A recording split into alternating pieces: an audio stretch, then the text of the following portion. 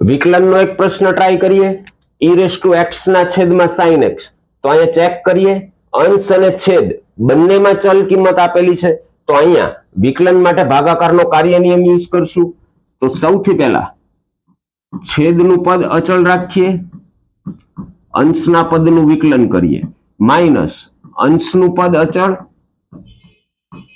છેદના પદનું વિકલન, અને છેદમાં મૂકશું છેદના પદનો વર્ગ એટલે કે sin વર્ગ x. આ ભાગાકારનો કાર્ય નિયમ યુઝ કરેલો છે.